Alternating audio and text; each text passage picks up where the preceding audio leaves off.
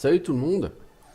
Alors aujourd'hui, je vais vous faire une review, mais sans spoiler, d'Elex. J'en profite que les crédits du jeu ne passent. Alors Elex, donc je fais cette review à quelle occasion? Bah à l'occasion de la fin du jeu, donc après un peu plus d'une centaine d'heures. Donc un jeu, vous voyez déjà, qui est long, mais pas nécessairement. Donc Elex, c'est quoi? Elex, c'est le nouveau bébé du studio allemand Piranha Bytes. Il s'agit, comme la majorité des jeux de ce studio, d'un jeu de rôle open world. Donc quelque chose que certains vont tout de suite identifier avec un Fallout Bethesda ou un Elder Scrolls.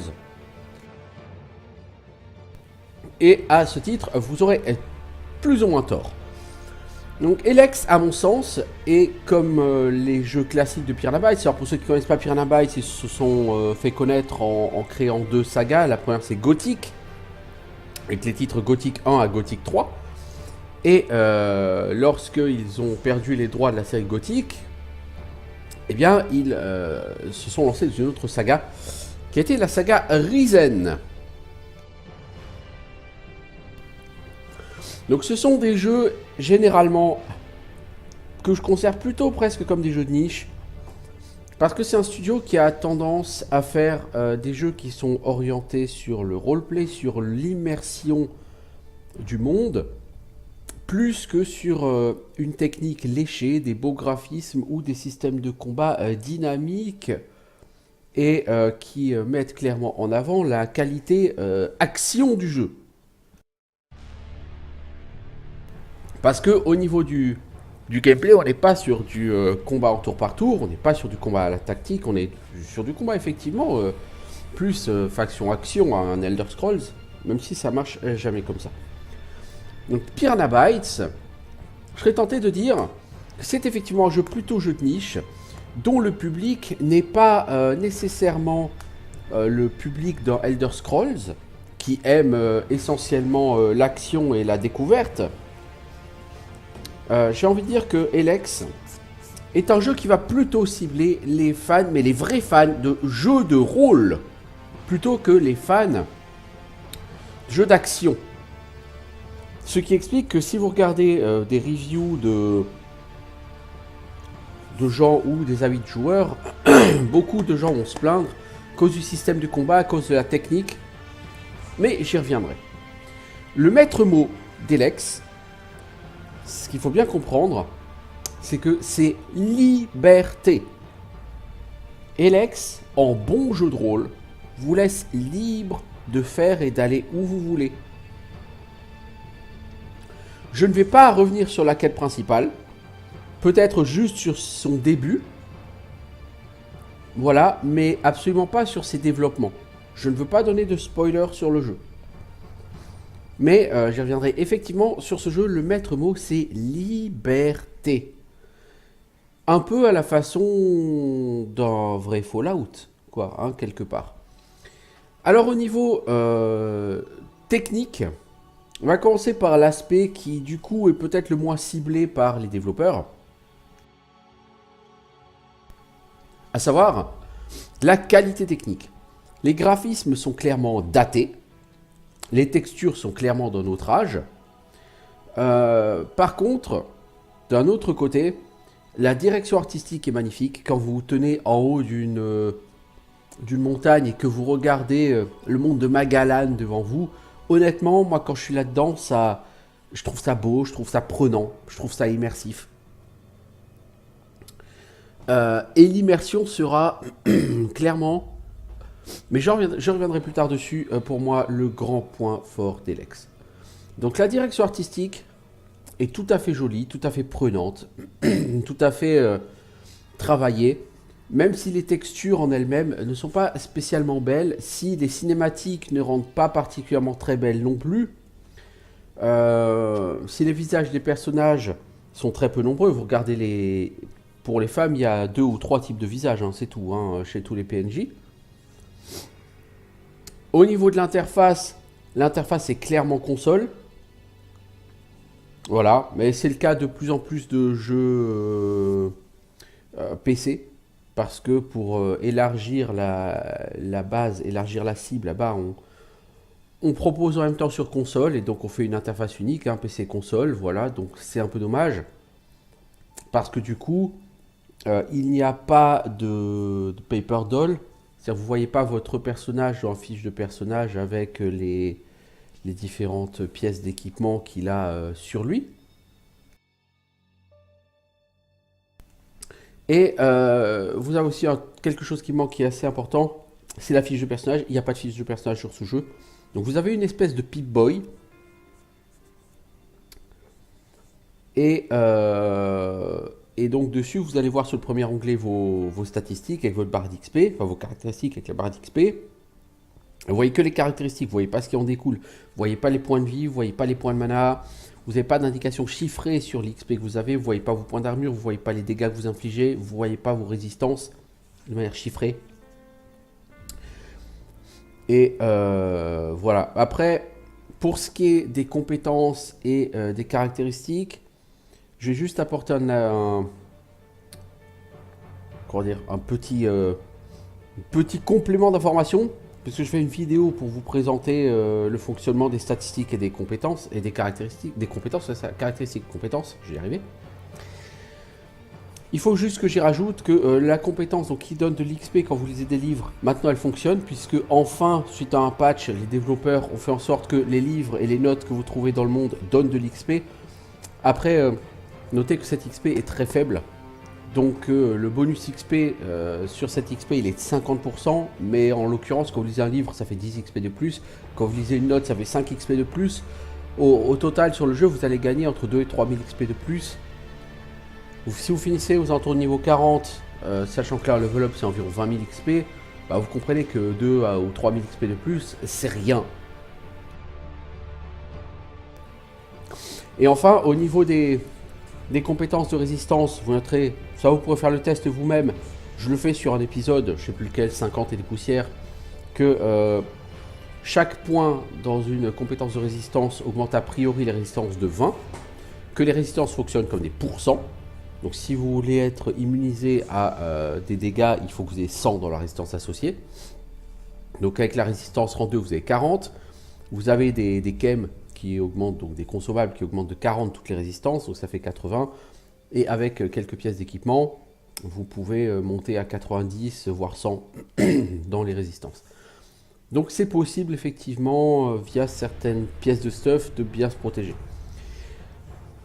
Alors, et enfin, dernière chose, il y a aussi un tooltip qui est erroné, s'il n'y en avait qu'un.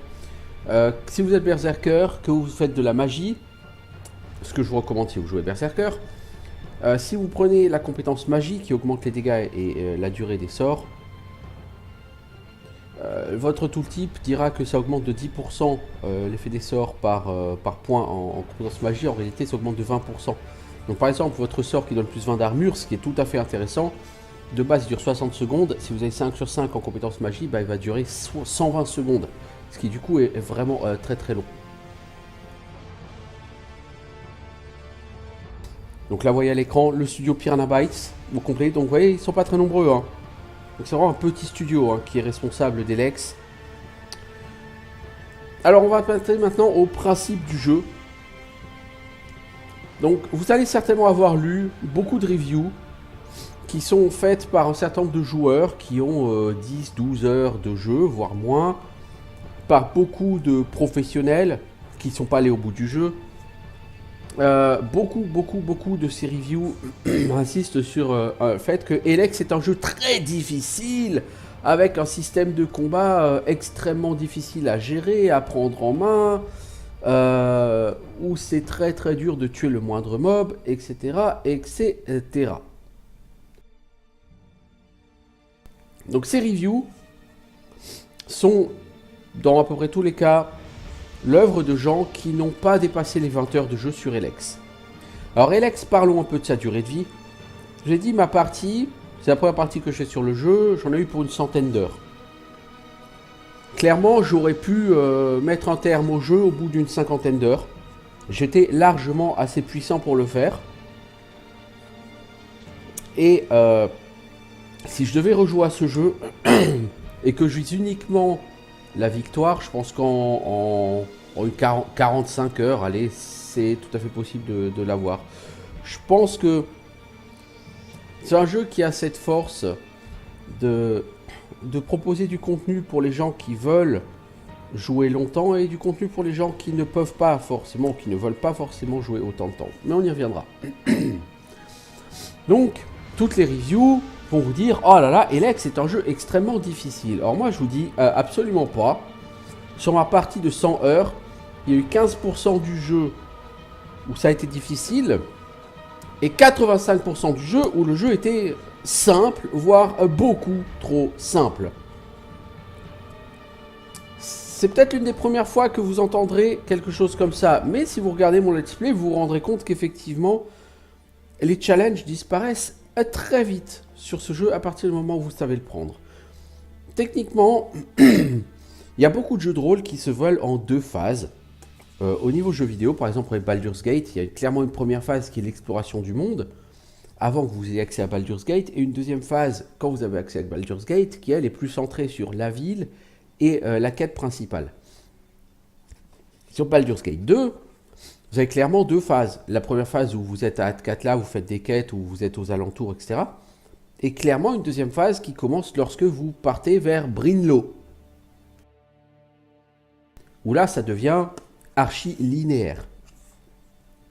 Et vous suivez le cours des événements. Donc, vous avez effectivement, sur Elex, là aussi, deux phases différentes dans le jeu. Mais à la différence de tous ces autres jeux, les deux phases ne sont pas délimitées par le scénario. Je ne vais pas parler du scénario, donc volontairement je ne veux pas en parler, hein, je le redis. Les deux parties en fait du jeu vont être séparées par votre montée en puissance. Je veux dire par là, Pierre Nabytes, avec Elex, a souhaité faire un jeu avec une progression extraordinaire, où vous êtes au début du jeu une sous-merde incapable de tuer le moindre rat, et en fin du jeu une espèce de demi-dieu qui ne craint pas une demi-douzaine de robots de combat. Donc, cette progression, elle se doit d'être spectaculaire. Or, à cause de, ou grâce, ça dépend de votre point de vue, à certains mécanismes du jeu, et on parlera de ces mécanismes lorsqu'on évoquera ce qui, à mon sens, sont des points négatifs. Vous avez une progression qui est extrêmement rapide. En 5 à 10 heures de jeu, vous passez de l'état de super merde à l'état de mec balèze.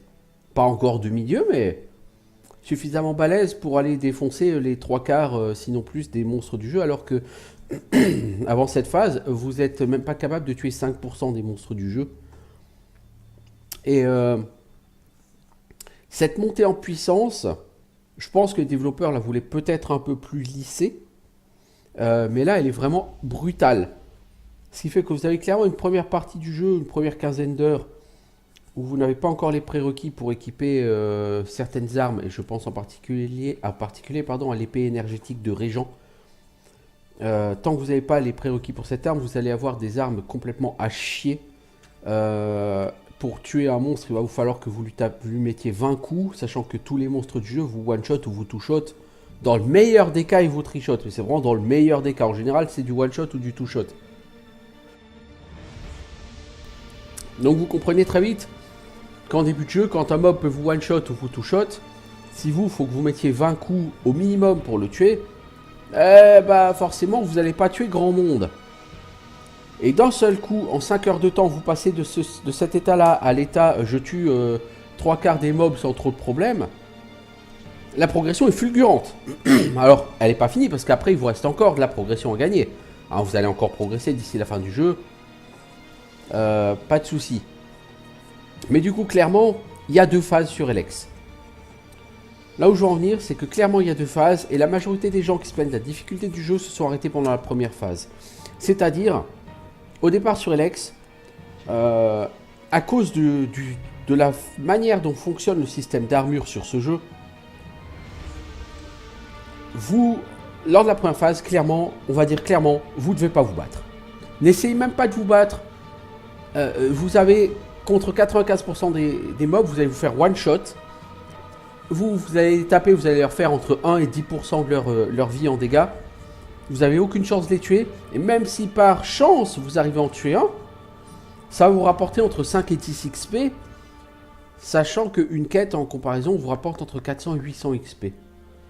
Donc clairement, passer 10 minutes à battre un mob en faisant en chargeant 3 fois la sauvegarde, parce que c'est super compliqué, c'est pas rentable, c'est même pas souhaitable, ça sert à rien.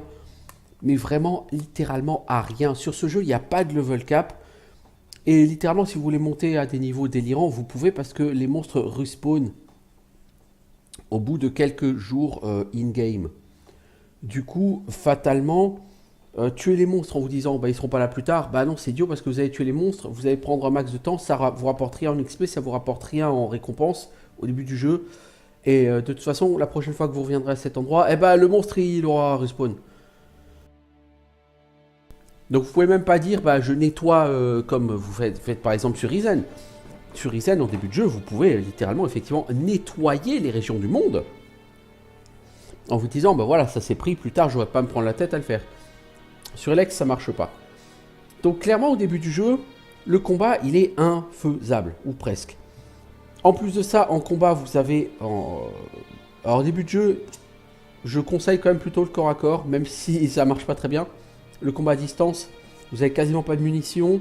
Le peu d'or que vous avez, vous allez vouloir l'investir dans des compétences, dans un minimum de stuff, hein, en l'occurrence d'armure. Vous n'aurez pas forcément grand chose à faire. Enfin, vous aurez autre chose à faire que d'acheter des munitions. Et les armes à distance que vous avez au début de jeu sont pitoyables et font des dégâts ridicules. Donc non, c'est pas efficace non plus. Donc vous allez être essentiellement corps à corps. Et donc pour taper au corps à corps, on est sur un système typiquement Piranha Bytes, c'est-à-dire un système ultra rigide. Les jeux Piranha Bytes sont habituellement dans ce genre d'idée, c'est-à-dire que contrairement à Skyrim, où vous pouvez taper tout en vous déplaçant, ou quand vous tapez, vous pouvez interrompre votre coup, faire une esquive, vous bouger, ou je ne sais... Bref, voilà, vous pouvez. Ce sont des jeux dynamiques et réactifs. Les jeux Piranha Bytes, eux, ne sont ni dynamiques, ni réactifs, enfin, ils sont rigides. C'est-à-dire que quand vous demandez à votre personnage de taper, donc votre personnage il a une cible, il va aller dans la direction de cette cible et il fait une animation de combat qui dure 2 à 3 secondes. Cette animation de combat, tant qu'elle n'est pas terminée, vous ne pouvez pas l'interrompre et vous ne pouvez pas agir sur votre personnage. Donc admettons, vous êtes en train de combattre un troll. Vous lancez votre attaque. Le troll se retourne vers vous au moment où vous lancez votre attaque. Vous ne pouvez pas dire à votre personnage, merde, fais un dodge, il va te coller un coup, il va te one-shot. Bah non. Une fois que votre personnage a commencé son attaque, il faut attendre 2 à 3 secondes que l'animation soit terminée pour pouvoir reprendre le contrôle sur votre personnage. Bon, dans l'intervalle, le troll, il vous aura one-shot. Hein. Et de la même façon, si vous faites du spam clic gauche, vous n'allez pas avoir 2 attaques par seconde hein, qui vont partir. Mais si vous cliquez 3 fois sur le clic gauche, votre personnage, il va enregistrer que vous voulez faire 3 attaques. Donc, il va faire 3 attaques d'affilée. Donc, pendant 6 secondes... Bah, vous allez regarder votre perso taper, limite taper dans le vent s'il n'y a personne devant lui. Et vous n'aurez pas nécessairement la main mise sur votre personnage. Donc, voilà, c'est un système qui peut paraître hyper rigide. Mais c'est un système classique des jeux Piranha Bytes. C'est pour ça que, en préambule, je vous ai indiqué que les jeux Piranha Bytes sont généralement des jeux de niche. Parce que si vous aimez les jeux d'action, si vous aimez les jeux nerveux, si vous aimez les jeux dynamiques, ah bah clairement les jeux Piranha Bytes ne sont pas faits pour vous. Hein. Ce sont des jeux avec des gameplays trop figés, enfin pas figés, statiques non, mais rigides. Quand vous êtes dans une animation de combat, vous ne pouvez pas l'interrompre et vous ne pouvez pas bouger, vous ne pouvez rien faire d'autre.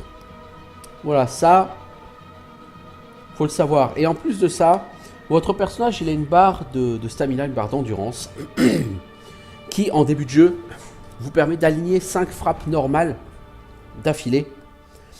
Et lorsque votre barre d'endurance arrive à 0, quand vous tapez, ça consomme 20 points d'endurance hein, avec une frappe normale.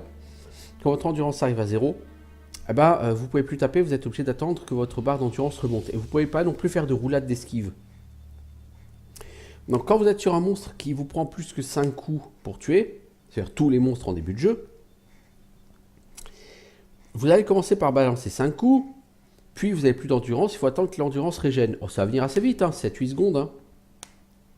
Mais pendant ce laps de temps, vous ne pouvez pas faire de roulade d'esquive parce que si vous le faites, ça va consommer le peu d'endurance que vous aurez régène. Donc ça ne sert à rien. Parer, ça ne sert à rien contre les non-humanoïdes. Et puis ça ralentit la régène d'endurance. Donc là, de la même façon, c'est pas efficace. Donc qu'est-ce qui va vous rester? Esquiver. Alors au début du jeu, vous allez faire un truc classique, vous allez essayer d'esquiver en tournant autour du mob. Une fois sur deux, le mob va vous toucher quand même quand il va taper. Vu que c'est du one shot ou du two shot, c'est pas efficace, vous allez quand même crever. La meilleure façon d'esquiver, je vous le dis hein, clairement, c'est de jouer avec le jetpack. Dès que vous arrivez à sec d'endurance, vous envolez votre jetpack, l'endurance va remonter très vite. Vous essayez de vous poser suffisamment loin du mob pour, une fois posé, pouvoir commencer à enchaîner le coup. Parce que si vous attendez d'être au cac avec le mob pour enchaîner les coups, c'est lui qui va commencer à taper le premier, et c'est lui qui va vous enchaîner, et vous allez crever comme une merde. Voilà. Donc il faut prendre le coup de main. Et le système de combat, vraiment au départ, est assez difficile. Il est extrêmement rigide. Tous les 5 coups, vous devez arrêter de taper. Et vous risquez de vous faire one shot. Donc il faut absolument essayer de trouver un moyen de fuir le combat le temps que ça régène. Et puis de revenir. Et puis de recommencer à taper, etc. Bon, c'est un système qui... si vous voulez vous battre lors de ce que j'appelle la première partie du jeu, vous allez vraiment galérer. Et vous allez voir que c'est peut-être le principal point de critique sur ce jeu. C'est que les gens vont dire mais what the fuck, c'est quoi ce combat? Mais je suis trop nul, les ennemis sont trop forts, et puis le système de combat il est à chier, je peux rien faire. Clairement, et je pense que vous en rendrez compte vous-même si vous jouez au jeu, vous serez incapable de tuer des mobs au début du jeu. Essayez pas, vous allez en tuer certains, mais très très peu, et ils vous rapporteront rien, ceux que vous pourrez tuer, donc ça sert à rien. Donc sur ce jeu, ce qui est surtout très important, au niveau du principe de jeu, c'est comprendre que la première partie du jeu, donc qui dure grosso modo entre 15 et 20 heures en général, cette première partie du jeu, il faut l'aborder avec une philosophie extrêmement différente. Je veux dire par là, sur un jeu à la Skyrim, à la Gothic 3, à la Risen, à la Fallout 4 ou 3, ou voilà, vous avez tendance à commencer le jeu et puis aller vous balader dans la nature pour bâcher des mobs, gagner des niveaux. Et vous faites un peu de quête aussi en même temps, hein, bien sûr, mais vous faites quand même beaucoup d'exploration, de bâche, de chasse dès le début du jeu parce que vous pouvez et ça marche. Et parce que quand vous avez une quête qui vous demande de tuer des monstres, généralement, au moment où vous prenez la quête, vous êtes capable de les tuer. Sur Elex, oubliez totalement ça. Elex est un jeu qu'il faut aborder avec une mentalité totalement différente parce que si vous ne le faites pas, vous n'y arriverez pas. Vous allez mourir en boucle, vous allez vous dire what the fuck, vous allez vous heurter, vous allez vous frapper la tête contre un mur, hein, littéralement. Et vous arriverez à rien. Et vous allez faire partie des gens qui sont dégoûtés du jeu parce qu'ils n'ont simplement pas été capables de comprendre que, en fait, Elex, c'est pas parce que c'est un jeu open world qui ressemble à tous les jeux open world qu'il marche comme tous les jeux open world classiques. Elex, comprenez bien qu'au début du jeu, la philosophie c'est tu ne dois pas te battre. Tu dois faire uniquement des quêtes et pas te battre. Or pourtant, même dans la première ville Goliath, la majorité des quêtes vont te demander d'aller dans la nature, d'aller chercher des PNJ. Souvent ça va être juste parler à un PNJ. Hein. Mais il faut atteindre ce PNJ et il va falloir traverser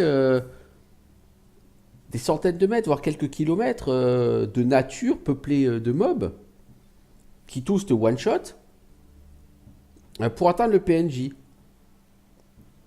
Si tu abordes pas ce jeu de la bonne façon, tu vas essayer d'aller tout droit et tu diras mais j'arrive pas à tuer les mobs.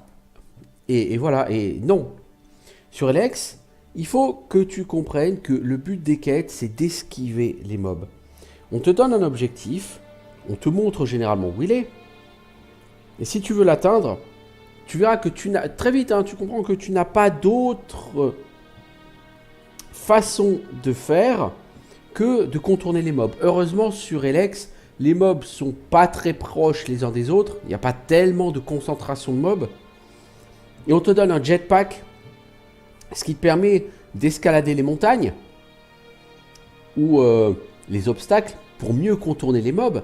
Et si jamais tu as quand même un mob au cul, tu peux sprinter et avec ton jetpack, tu peux te mettre dans des endroits inatteignables pour les mobs, ce qui te permet, si tu arrives à rompre la ligne de vue en même temps, de perdre l'aggro.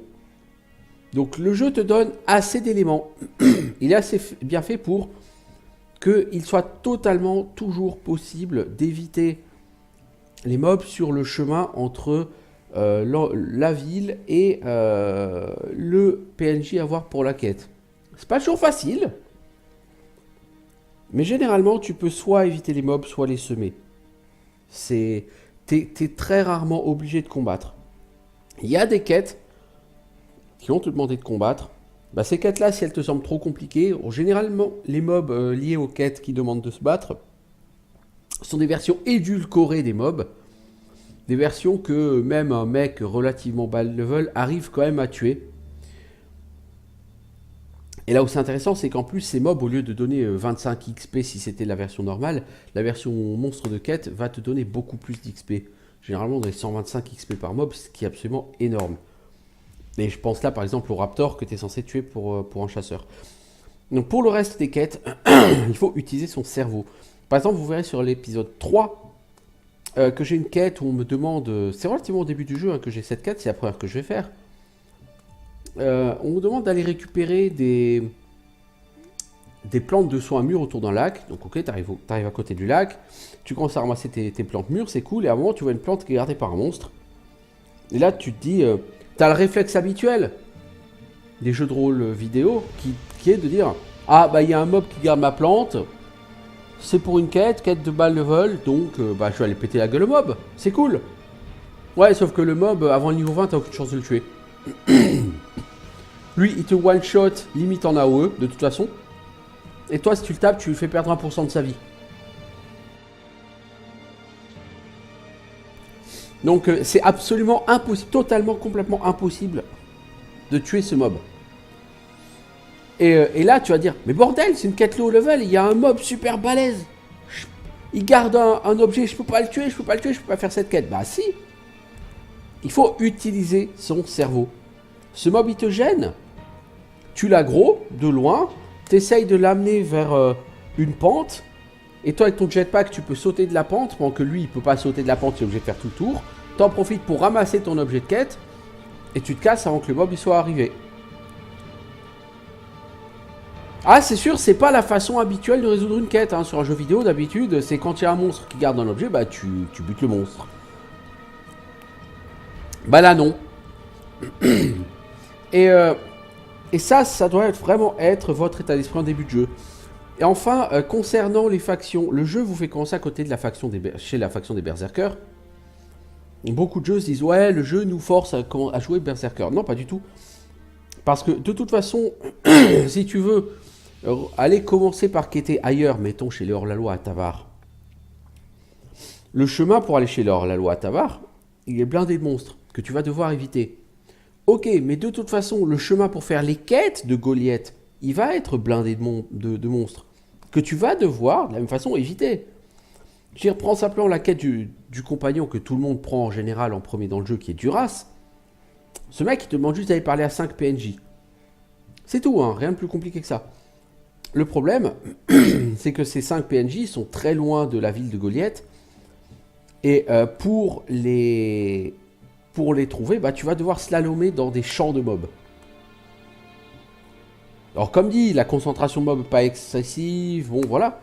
Mais de toute façon, tu vas être obligé, pour faire les quêtes à Goliath, de de slalomer pour éviter les mobs. Alors, rien, ça représente quoi de plus que d'aller au fort à Tavar? Rien, je veux dire, c'est la même idée. C'est tu évites des mobs pour aller à un point B. C'est tout. Donc, les gens qui disent ouais, le jeu te force à jouer Berserker, non, absolument pas. Si tu comprends comment le jeu fonctionne, c'est-à-dire la première partie du jeu, c'est de toute façon éviter les mobs. À partir de ce moment-là, si tu as compris ça, alors tu as compris que ça sert à rien de forcer sur les quêtes à Goliath parce que c'est le même état d'esprit. Aller à Tavar ou quêter à Goliath, c'est le même état d'esprit. Il faudra faire la même chose, c'est-à-dire éviter les mobs, c'est tout. Donc, il n'y a rien qui t'empêche d'aller dans les autres villes au début du jeu pour y faire les quêtes. Je recommande simplement pas de commencer par Ignadon parce que il y a deux façons d'être téléporté chez les clercs, hein, sans avoir à traverser toute la carte.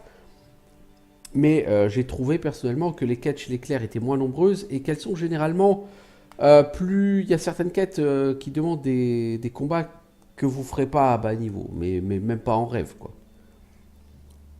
Donc honnêtement, les quêtes chez les clercs, je conseille quand même de commencer par prendre des niveaux à Goliath et à Tavar avant de commencer à y aller.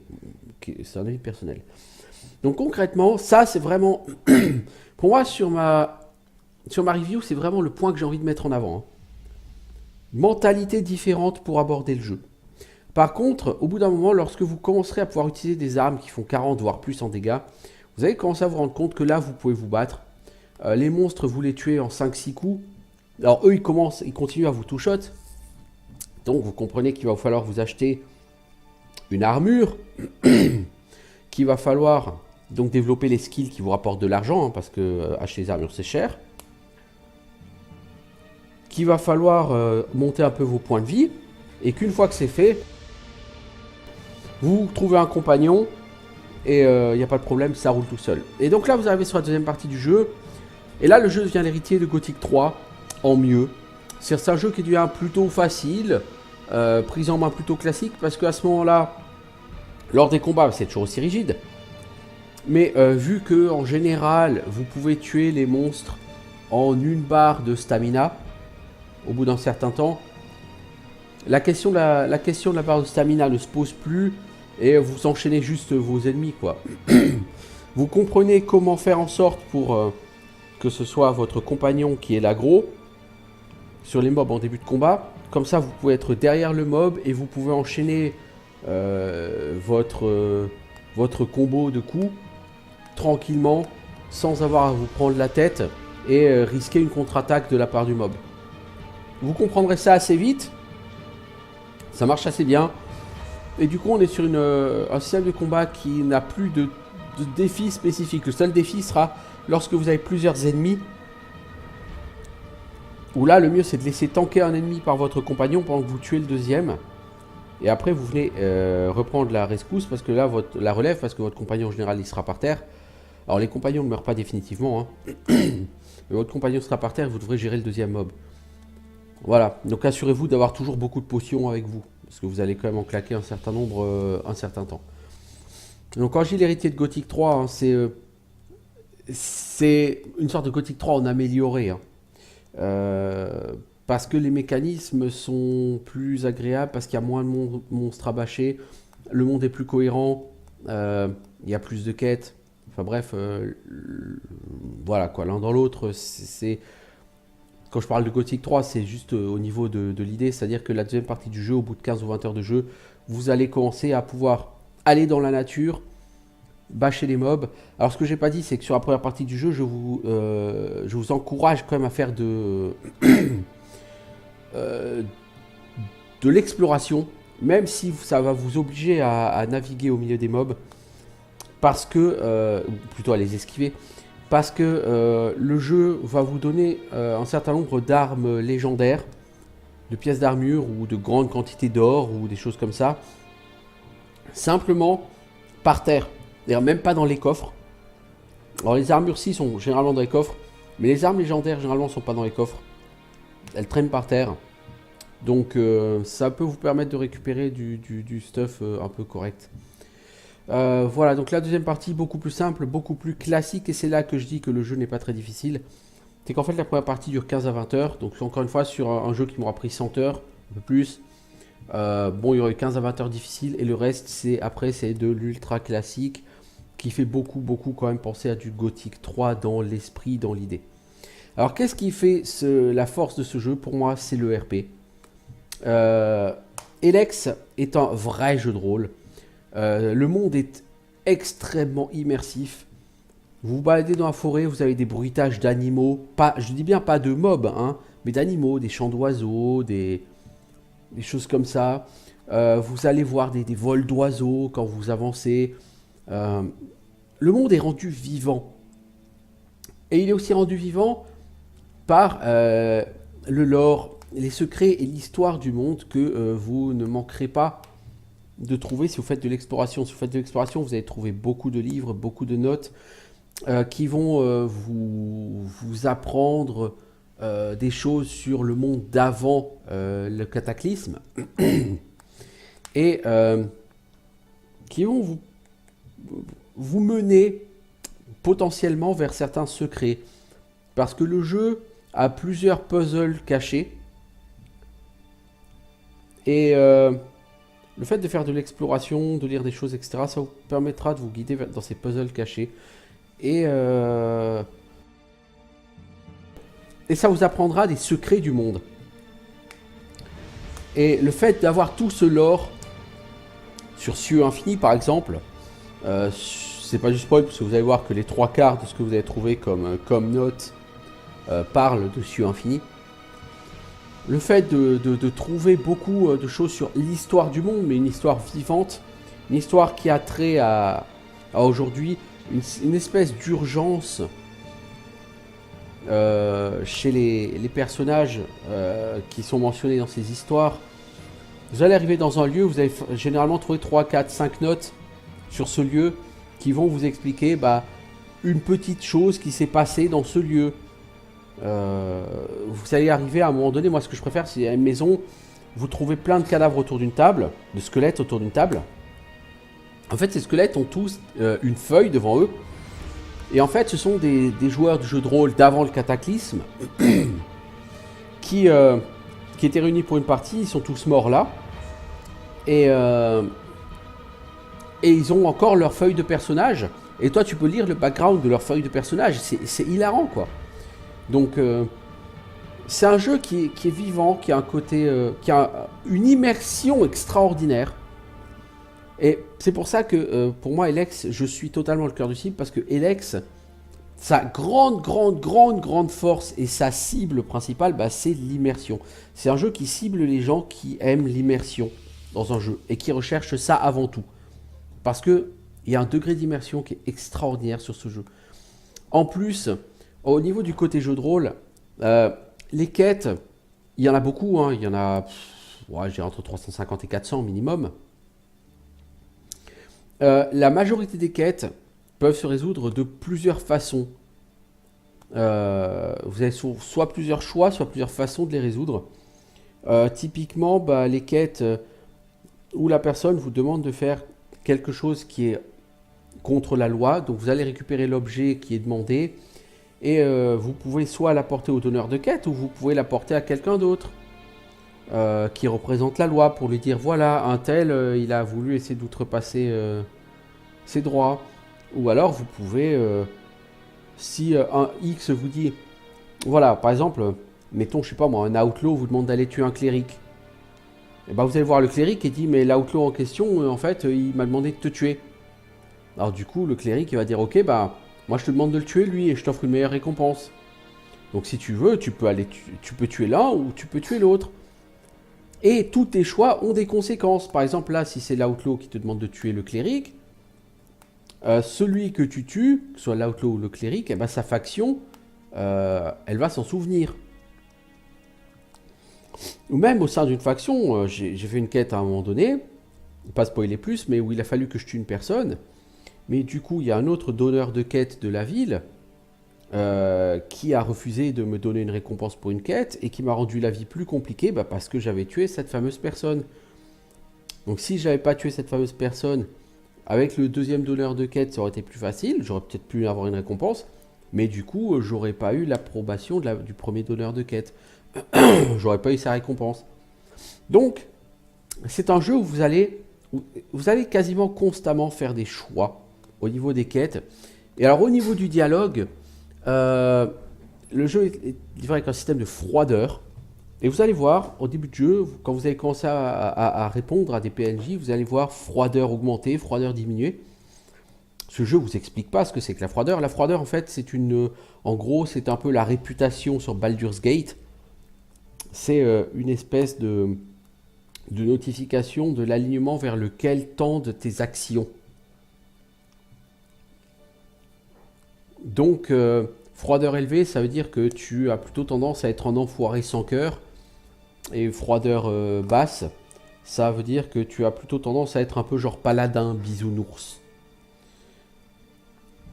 Donc là encore, tu peux décider de jouer un enfoiré complet. Ça marche très bien sur ce jeu, hein. Par contre, clairement, il faut assumer. Il y a certains PNJ, même au niveau des choix de quête, hein, il y a certains PNJ, lorsque tu vas leur parler, si tu es un peu un enfoiré, les mecs, ils vont pas te donner de quête, ils vont t'attaquer. Hein. Il y a certains PNJ, si tu es un bisounours, ils voudront pas faire trop affaire avec toi parce que t'as rien compris à la vie. Donc, quand tu fais un choix, derrière, encore une fois, il faut l'assumer. Et ça, c'est la grande force de ce jeu, hein, l'immersion et le côté RP. Tu choisis ton personnage. Personnellement, j'avais choisi de jouer un personnage à fond dans la loi et l'ordre. Et du coup, effectivement, sur un certain nombre de quêtes, ça a influencé les choix que j'ai faits. Il y a beaucoup de quêtes où il n'y a pas de bons choix et de mauvais choix. Hein. C'est juste à toi de faire ton choix. Voilà. Mais quel que soit le choix que tu fais, il aura des répercussions. Voilà. Et ça, c'est très très important. Il y a aussi un système de compagnons. Des compagnons, il y en a quand même quelques-uns. Ils ont chacun leur histoire, chacun leur personnalité. Tu as des quêtes associées. Pour certains, il faut faire la quête pour pouvoir les recruter. Genre Arx ou Duras. Pour certains, ils vont pouvoir t'accepter plus facilement. Généralement, il faut faire une quête pour pouvoir avoir le compagnon. Sachant que cette quête, elle n'est pas toujours facile. Le seul pour lequel il n'y a pas besoin de faire de quête, c'est Falk. Mais pour pouvoir accéder à Falk, il faut que tu fasses une quête à côté. Donc ça revient un peu au même. Et donc les compagnons, la majorité des compagnons a une quête qui va durer dans le temps. Et au fur et à mesure que tu vas avancer dans l'histoire principale, leur quête personnelle va avancer. Et leur quête personnelle n'est pas forcément sans intérêt. Tu vas apprendre des secrets sur certains de ces compagnons qui sont des secrets auxquels tu t'attends absolument pas et qui vont te laisser sur le cul. Certains compagnons vont faire des révélations sur l'histoire du jeu ou vont te permettre de mieux comprendre l'histoire du jeu, l'histoire du monde. Et tout ça, ça va renforcer l'immersion, ça va renforcer le lore. Ça va t'amener à te poser des questions sur le monde dans lequel tu es. Le monde de Magalan, quoi. C'est vraiment, vraiment, vraiment bien foutu. Après, au niveau gameplay, les compagnons ne sont pas encore totalement au top. Certains compagnons se décident d'attaquer une fois toutes les 10 secondes. Certains compagnons, quand il y a un mob à 30 cm d'eux, ils bronchent pas, ils attaquent pas. Certains compagnons, genre Kaja, eux, ils n'hésitent pas à attaquer et ils sont efficaces. Donc voilà. Mais globalement, les compagnons, c'est un atout tout à fait supplémentaire. Et c'est pas un atout lourdingue, comme sur certains jeux où là, ils veulent en faire trop avec les compagnons. Là, les compagnons, c'est pas les mecs qui vont sauver l'univers. Mais voilà, je trouve qu'ils sont bien faits. Ils restent dans un rôle de compagnon, ils n'ont pas un rôle trop prépondérant. Mais ils vont t'apprendre des choses sur le jeu, ils vont t'apprendre des choses sur le monde. Et puis, les compagnons vont faire régulièrement des remarques lorsque tu te balades. Et ils vont même intervenir dans un certain nombre de dialogues pour donner leur point de vue ou pour parler directement avec la personne avec qui tu parles. Donc ouais, c'est un système qui marche plutôt bien. Alors, avant de conclure, je vais revenir sur les points négatifs. Parce que ma review, elle est quand même relativement dithyrambique. Oui, clairement, parce que comme dit, hein, je suis totalement le cœur de cible de ce jeu. un jeu qui s'adresse aux fans de jeux de rôle avant tout.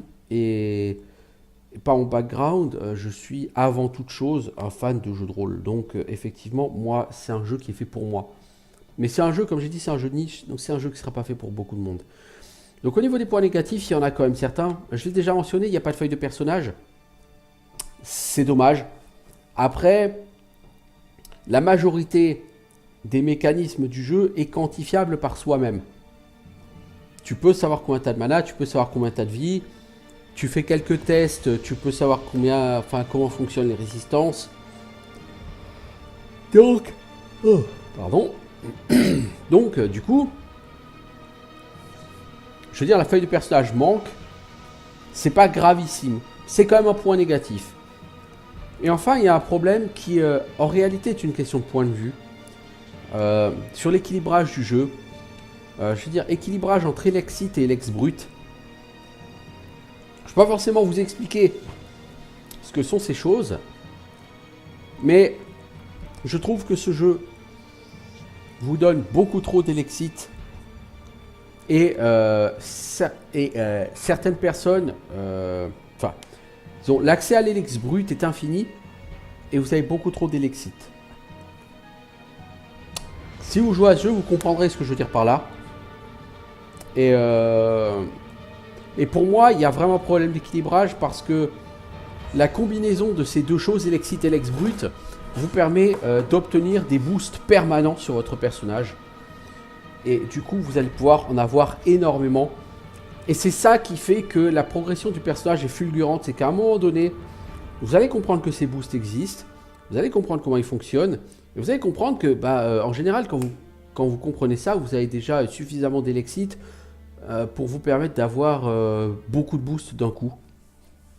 Effectivement, d'un coup, vous allez vous payer beaucoup de boosts.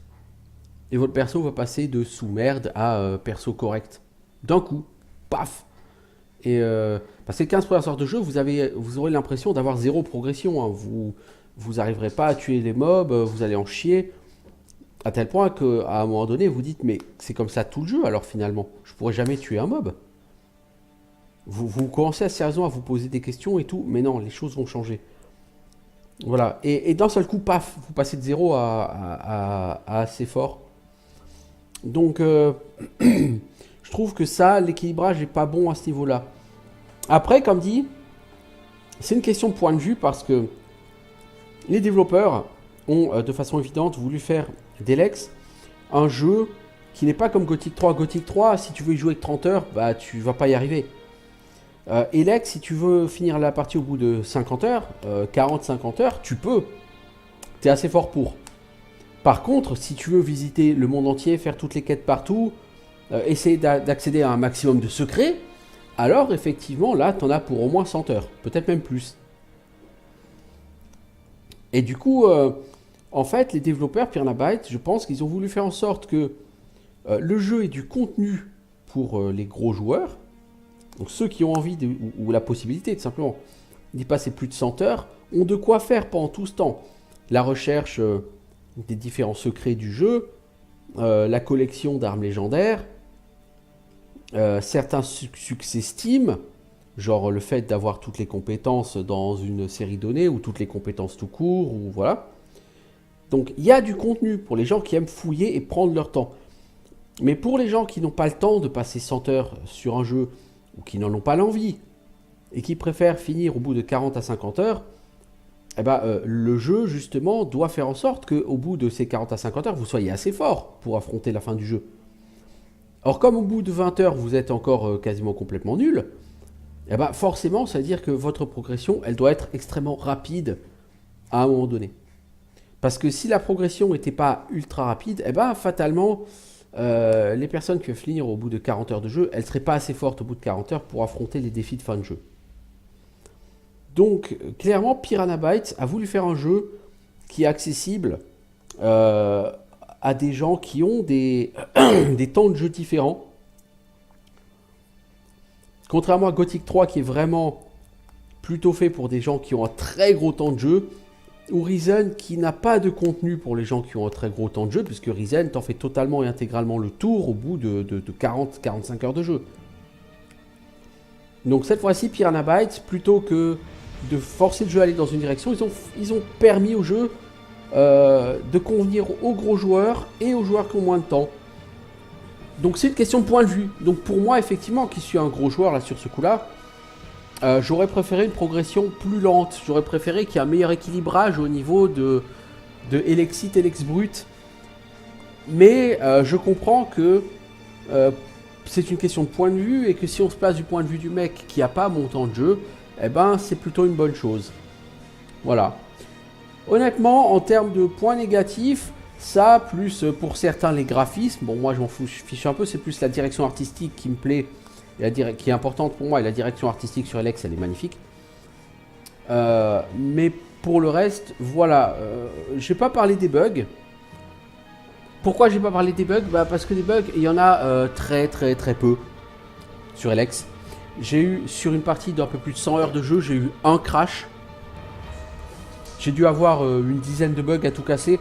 La majorité étant soit des mobs qui sont passés sous la texture, soit des objets qui n'étaient pas ramassables parce qu'ils étaient sous le monde.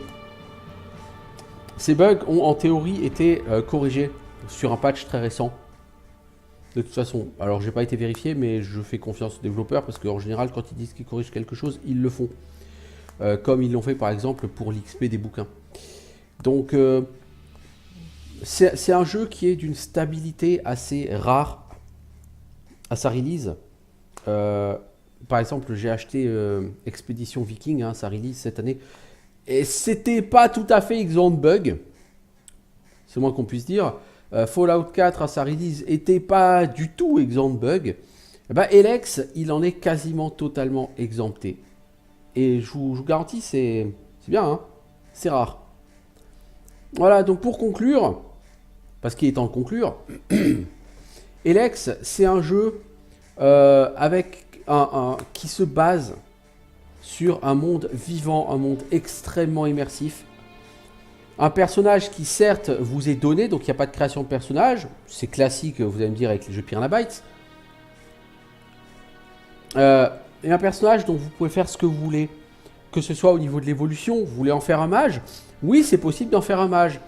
Ah évidemment, pas dans toutes les circonstances, mais en général, si vous jouez par exemple un berserker, vous avez deux sorts. Il y a un sort qui s'appelle Transfusion Sanguine, qui est un body to mind hein, sur Lineage 2, c'est-à-dire vous sacrifiez des points de vie pour régénérer de la mana. À côté, vous avez un sort qui s'appelle Guérison, donc qui vous fait perdre la mana et qui vous rend des points de vie.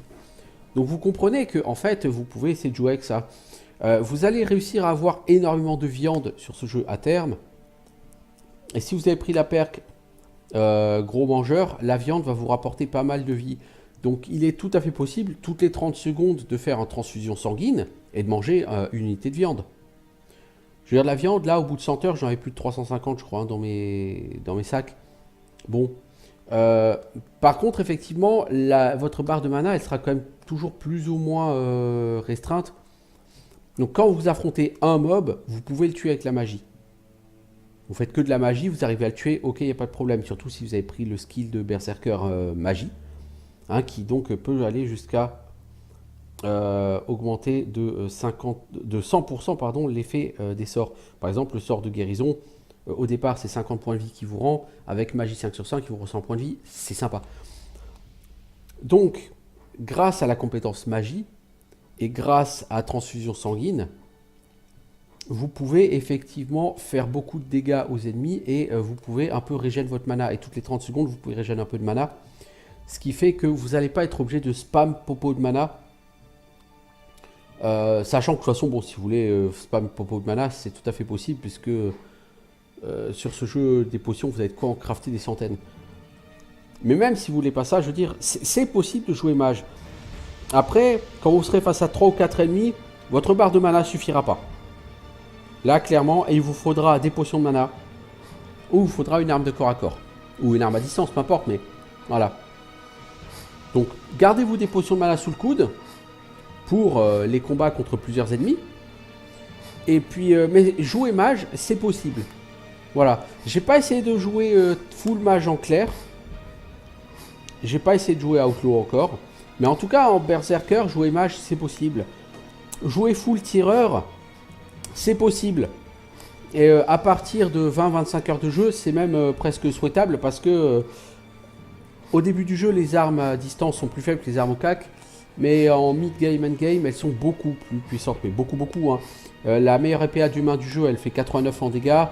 Mon arc Berserker amélioré au max, il fait 120 points de dégâts. Vous voyez la différence, elle est fondamentale, elle est énormissime. Donc voilà, jeu libre. Vous pouvez faire ce que vous voulez de Jax. Vous pouvez l'amener dans la direction que vous voulez. Aller avec la faction que vous voulez. Vous pouvez choisir d'être un enfoiré, d'être un mec cool. Vous gérez les quêtes comme vous le voulez. Le monde est ultra vivant, ultra immersif. Donc vraiment, vraiment, vraiment. En plus d'être libre. Honnêtement, moi je l'ai mis en concurrence forcément avec Divinity Original Sin 2. Ils sont sortis à un mois d'écart. Et il n'y a pas photo. Honnêtement, Divinity Original Sin 2, il tient pas la route par rapport à Elex. Alors certes, c'est du combat tactique, c'est ouais, tout ça, c'est cool, c'est bien. Mais il est plein de mécanismes relous. Sur Elex, il n'y a pas un mécanisme lourdingue. Il n'y en a pas. Je veux dire, c'est un jeu qui est fun, c'est un jeu qui est ouvert, c'est un jeu qui est libre. Ça, c'est un jeu de rôle, Elex. Je veux dire, un vrai jeu de rôle. C'est Fallout 2, quoi. C'est à peu près au même niveau en termes de jeu de rôle que Fallout 2. Hein. Pour moi, c'est... Depuis Fallout New Vegas, j'avais pas vu une telle expérience jeu de rôle, quoi. Après, voilà, ça dépend ce que vous cherchez. Moi, je lui mets un gros 9 sur 10. Parce qu'aucun jeu n'est parfait. Mais que... vraiment, moi, je me perds dans ce monde. Quand je me connecte sur le jeu, je suis dans le monde. Et je vois pas le temps passer. C'est un gros coup de cœur. Sur ces 10 dernières années, c'est mon 3e coup de cœur. Après Fallout New Vegas et Lords of Shulima. Donc je ne peux que vous recommander ce jeu. Et encore une fois, ne vous fiez pas aux reviews qui vont dire oh ce jeu est difficile, le système de combat il est pourri. Le système de combat, vous allez totalement l'oublier au bout de 20-25 heures. Et vous allez revenir sur un système vraiment vachement plus classique. Le seul truc c'est que quand vous êtes face à un monstre et le monstre vous charge, voilà, vous sautez en jetpack, histoire que le monstre vous rate. À ce moment-là, c'est votre compagnon qui prend l'aggro. Vous atterrissez dans le dos du mob, vous sortez votre arme et vous lui faites votre combo sur la gueule. Et voilà, et c'est tout. Il n'y a pas à réfléchir aux esquives, aux machins. Ça passe absolument tout seul. Et quand il y a plusieurs mobs, c'est surtout en fin de jeu que vous allez affronter massivement des mobs par 2 ou 3. Et à ce moment-là, vous serez déjà tellement balèze que c'est pas très grave. Oh, de temps en temps, vous allez crever, mais parce que vous l'avez mal géré, bah, c'est pas grave, vous rechargez. Mais honnêtement, voilà, ne vous fiez pas aux reviews. Faites-vous vraiment une idée par vous-même. Après, voilà, dites-vous une chose, c'est qu'il faut aborder ce jeu différemment des autres jeux. Et si vous êtes capable de le faire, si vous êtes capable d'aborder les 15 premières heures en vous disant c'est normal, je ne peux pas encore me battre, mais ça viendra. Pour l'instant, je fais que des quêtes. Et bien à ce moment-là, vous allez très vite, vous faites que des quêtes et de l'exploration bien sûr. À ce moment-là, vous allez pas rater ce jeu. Mais encore une fois, voilà, ce jeu est avant tout un excellent jeu de rôle avec un monde immersif. C'est réservé vraiment, Elex, aux jeux qui cherchent ça, aux gens qui cherchent ça dans un jeu. Voilà, je le répète, c'est important de le savoir, parce que Elex c'est quand même un jeu à 45 €, donc claquez pas 45 € dans le vent si vous, l'immersion dans le monde, vous en avez rien à foutre et que tout ce qui vous intéresse c'est de faire le kikou avec l'épée façon Divinity 2 quoi. Voilà. Bon bah écoutez, je vais arrêter là pour cette review. C'était un avis sur Elex après plus de 100 heures de jeu. Je vous souhaite une bonne journée. Je vous recommande chaudement ce jeu. Et quoi qu'il en soit, jetez un coup d'œil aux épisodes de mon let's play. L'épisode 3 pour voir ce que c'est que les quêtes au début du jeu. L'épisode 9 ou 10 pour voir quand on commence à pouvoir avancer un peu dans le jeu. Et puis l'épisode, à partir de l'épisode 25, n'importe quel épisode, pour voir ce que ça donne en vitesse de croisière. Ça pourra toujours vous aider un peu. Voilà, Bonne journée à tout le monde. Ciao.